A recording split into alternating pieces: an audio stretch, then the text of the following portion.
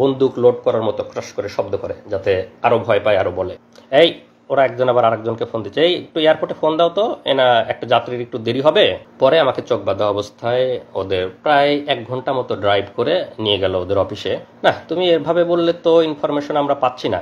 আমি ভেটেরিনারিতে অনার্স করছি, মাইক্রোবায়োলজিতে মাস্টার্স করছি, তারপরে আমি কোরিয়াতে আসছি, আমি পিএইচডি করছি, পিএইচডি শেষে আসছিলাম। আমি আমার মতো করে আমার ছাত্র জীবন, আমার সব কিছু বর্ণনা, না আরও কিছু আছে, আরও কিছু আছে, আরও বলো, মানে পুশ করতেছে এরকম। তো বারে বারে আমি আমার মতো করে বলার চেষ্টা করতেছি, না তুমি এভাবে বললে তো ইনফরমেশন আমরা পাচ্ছি না। তারপরে আরও তারেক জিয়া বা বড় বড় জায়গায় কানেকশন, তারা আমাকে এরকম মনে করছে বড় বড় জায়গায় কানেকশন আছে আমার, ওরকম বলো, আরও কিছু বলো, তুমি এরকম হলে কিন্তু ফ্লাইট মিস হবে, আমাদেরকে আবার দিয়ে আসতে হবে। তারপরেও আমি আমার মতো বলতেছি, মাঝে মাঝে ভয় লাগতেছে, আবার একটু হয়ে যাচ্ছি। তো পরে বললো যে এই ওরা একজন আবার আরেকজনকে ফোন দিচ্ছে, এই একটু এয়ারপোর্টে ফোন দাও তো, এনা একটা যাত্রীর একটু দেরি হবে, তো তাকে আমরা দিয়ে আসবো। আমাকে মানে চোখ বাঁধা অবস্থা আমি শুনতেছি আর কি। তো বলছে না, বলে আমরা এয়ারপোর্টে ফোন দিছি, তোমাকে আমরা দিয়ে আসবো, একটু দেরি হবে, তুমি বলো, তুমি আমাদেরকে বলতে থাকো। তো এইভাবে আমি বলতে বলতে, না ঠিক আছে, তোমার মনে হয় আজকে যাওয়া হবে না, চলো আমাদের সাথে চলো, আমরা তোমাকে কালকে দিয়ে আসবো, কালকে তোমাকে এয়ারপোর্টে দিয়ে আসবো। পরে আমাকে চোখ বাঁধা অবস্থায় ওদের প্রায় 1 ঘন্টা মতো ড্রাইভ করে নিয়ে গেল ওদের অফিসে।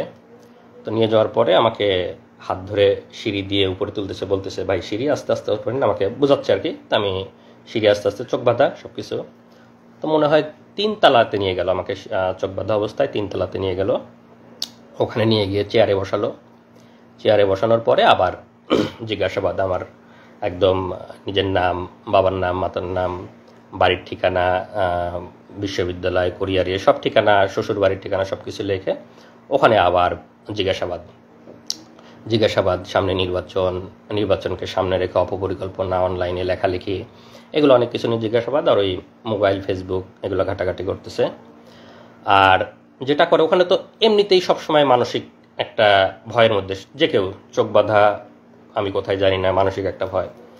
আর কানের কাছে মাঝে মাঝে এসে বন্দুক লোড করার মতো ক্রাশ করে শব্দ করে, যাতে আরো ভয় পায়, আরো বলে। আবার লাঠির খটখট খটখট শব্দ করে ফ্লোরে, বা এই মারবে, এই করবে। এনামুল আমাদের কাছে কিন্তু ওই কানে কানে লাগায় রাখেছে, আমাদের কাছে কিন্তু বাটন আছে, টিপ দিলে ইলেকট্রিক শর্ট লাগবে, কানে লাগায় রাখে।